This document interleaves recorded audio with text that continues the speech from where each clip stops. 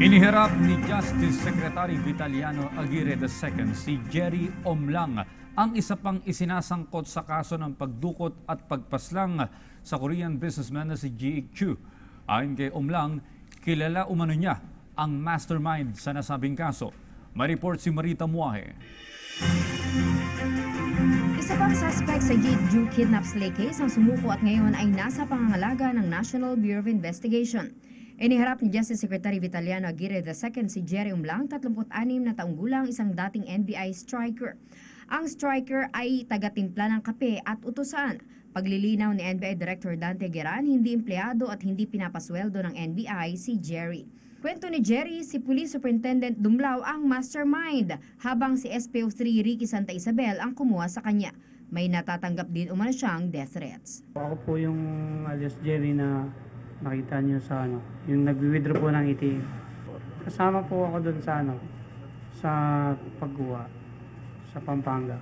Meron po bang death threat si alias Jerry?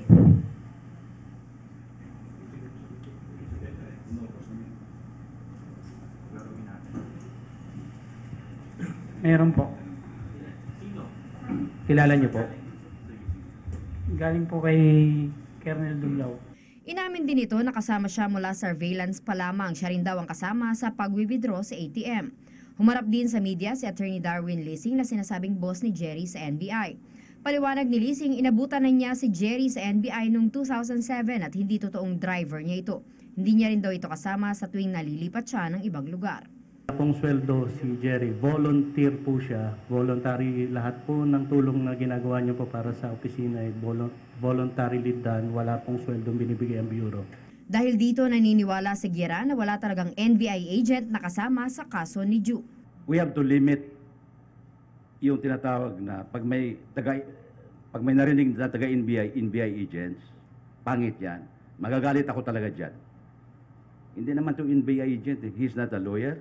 Neither is he a certified public accountant. Hindi rin siya criminology to qualify as SI. So, yung sinasabi, kung sino man, sinasabi niya NBI agent, katang-isip na yun. May sira sa utak siguro yun nagsasabi na NBI agent.